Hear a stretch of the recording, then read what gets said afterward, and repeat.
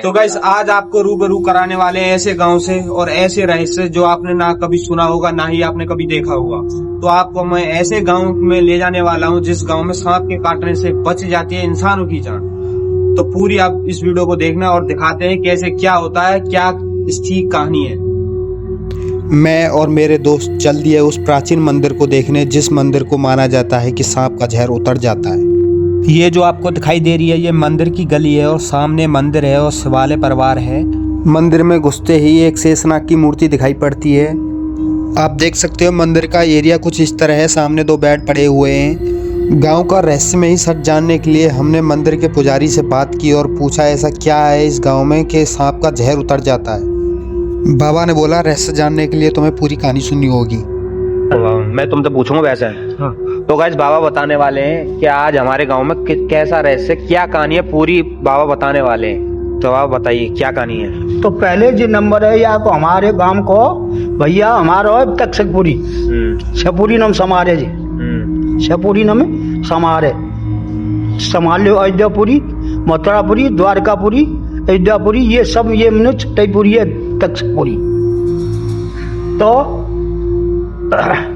नाग देवता में और हमारे अर्जुन में। बाबा का कहना था ये बात है महाभारत के बाद की, अर्जुन के पुत्र अभिमन्यु अभिमन्यु के पुत्र परीक्षित की। राजा परीक्षित एक दिन शिकार से लौट रहे थे। वे प्यासे और थके हुए थे। रास्ते में उन्हें एक ऋषि ध्यान में बैठे मिले, लेकिन ऋषि ने उत्तर नहीं दिया। थकान और गुस्से में राजा परीक्षित ने एक मरा हुआ सांप उठाकर ऋषि के कंधे पर रख दिया। यही उनकी सबसे बड़ी भूल थी। ऋषि के पुत्र श्रृंगी ने जब यह अपमान देखा तो वो क्रोध से भर गया और उसने तत्काल श्राप दिया, परीक्षित 7वें दिन नागराज तक्षक तुझे डसकर मार देगा। श्राप का पता चलते ही राजा परीक्षित ने अपनी रक्षा के कड़े इंतजाम किए। एक लोहे का महल बनवाया गया जहां कोई नाग पहुंच ही ना सके। इधर नागलोक में तक्षक को श्राप की खबर मिली। उधर 7वां दिन नजदीक आता गया। तक्षक ने अपना असली रूप छुपाकर ब्राह्मण के वेश में बना लिया। एक साधारण फल के भीतर छिपकर तक्षक लोहे के महल में प्रवेश कर गया। राजा को लगा कोई ब्राह्मण आया है। उन्हें फल उठाया और जैसे ही उसे काटा तक्षक बिजली की तरह बाहर निकला। तक्षक नाग ने राजा परीक्षित को डस लिया। श्राप पूरा हुआ। महाराजा परीक्षित का अंत तक्षक के विष से हो गया। पिता की मृत्यु से क्रोधित राजा जनमेजय ने एक भयंकर यज्ञ कराया। सर्प शस्त्र आकाश से हजारों सर्प गिरते हुए और यज्ञ में अग्नि में जलते गए। तक्षक भी खिंचकर आग में गिरने वाला था। तभी शांत और बुद्धिमान आस्तिक ऋषि आए। उन्होंने ये यज्ञ रुकवाया और तक्षक की जान बचाई। हिंसा रुकी और शांति बहाल हुई। आस्तिक ऋषि के बचाए जाने के बाद तक्षक पाताल लोक में आ गया, यानी कि धरती लोक पर, और तक्षकपुरी गांव में रहने लगा। तक्षकपुरी गांव में वरदान था कि अगर कोई सांप का खाया इस गांव की परिक्रमा लगाता है तो उसका जहर जल्द ही उतर जाएगा और उसे कोई हानि नहीं होगी।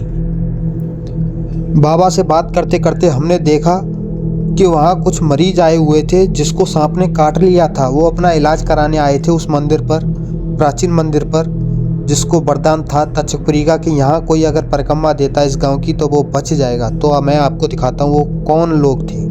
जो आपको सामने दिखाई दे रहे हैं ये मरीज हैं, उनको सांप काट दिया है तो ये गांव की परिक्रमा देने आए हैं जिससे इनका सांप का जहर उतर जाए। तो आप देख सकते हो लाइव।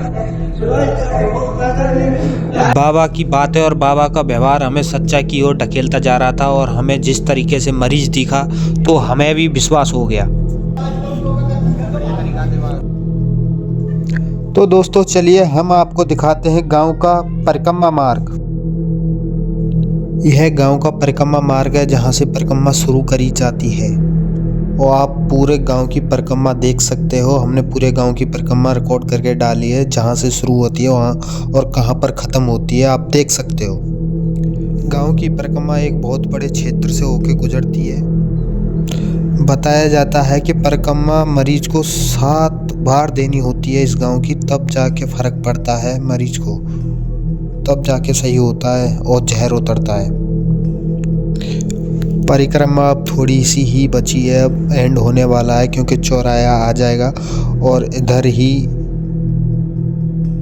परिक्रमा का एंड हो जाता है। आप देख सकते हो मार्ग भी बने हुए हैं परिक्रमा आने के, यहाँ से रास्ता है। और ये हम मंदिर पर आ चुके हैं फिर से। तो गाइस यही वो प्राचीन मंदिर है जिसमें सांपों के काटने से बच जाती है इंसानों की जान। आप देख सकते हो इसका ये शेषनाग का मार्ग बना हुआ है, देख सकते हो आप।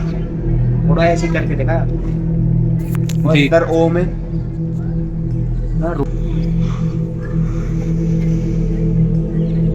जैसा कि गाइस आपने देखा ये सांपों का मंदिर है, बहुत ही प्राचीन। यहाँ पे लोग आसपास से जिसको सांप खाता है तो वो यहीं पर आते हैं दिखाने। पहले मंदिर में आते हैं फिर परिक्रमा देने जाते हैं, जो कि मैंने आपको रास्ता दिखाया। तो यही हमारे गांव का परिक्रमा मार्ग है जिससे इंसान का सांप का जहर उतर जाता है। तो अगर आपको कभी सांप काटे तो जरूर आना, लेकिन आसपास के हो तब।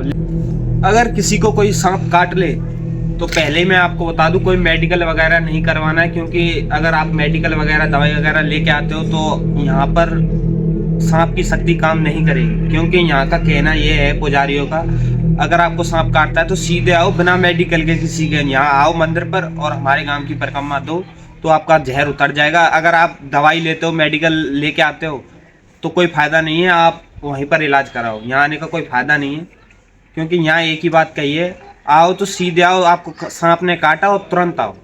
अगर आसपास के हो, ज़्यादा दूर के हो तो मेडिकल ले लो, इससे कोई फायदा नहीं है।